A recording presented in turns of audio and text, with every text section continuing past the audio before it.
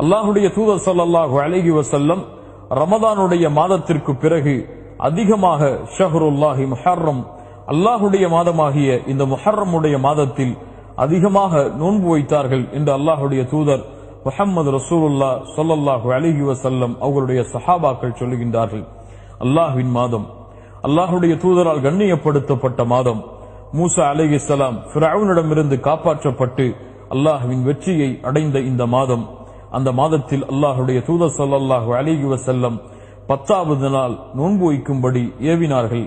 9வது நாள் அடுத்த ஆண்டு நான் உயிரோடு இருந்தால் நோன்பு வைப்பேன் என்று தன்னுடைய ஆசையை வெளிப்படுத்தினார்கள். அல்லாஹுடைய தூதர் ஸல்லல்லாஹு அலைஹி வஸல்லம் சொன்னார்கள், யார் ஒருவர் முஹர்ரம் மாதத்துடைய இந்த 10வது நாள் நோன்பு வைக்கிறாரோ அவருடைய முன்னால் இருக்கக்கூடிய ஒரு வருடத்தின் பாவத்தை அல்லாஹ் ரப்புல் ஆலமீன் மன்னித்து விடுகிறான். அல்லாஹு அக்பர்.